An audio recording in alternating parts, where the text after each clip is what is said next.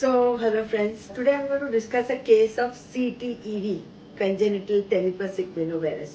We know that this is one of the very common anomaly that we find in the anomaly scan that we do in the second trimester.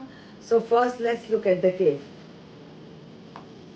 She is 29 years old, third gravida patient. Previous two babies normal, and this time in the baby, as you can see, there was CTEV. This is leg and the foot, which is seen along with the long bone. So you know it is CTEV, and not only that, there was bilateral CTEV.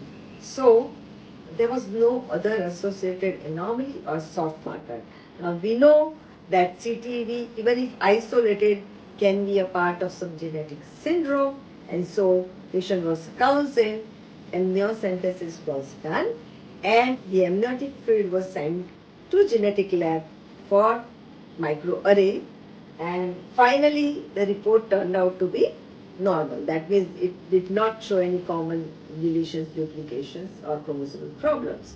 But then it's important that we rule out the genetic cause first, because then we know that this is a correctable anomaly, and therefore we need to refer the patient for antenatal consultation with orthopedic surgeon who can counsel regarding the postnatal outcome, which is usually good, and we have seen in so many cases that generally the postnatal outcome is good in cases of isolated CTV when genetic causes ruled out.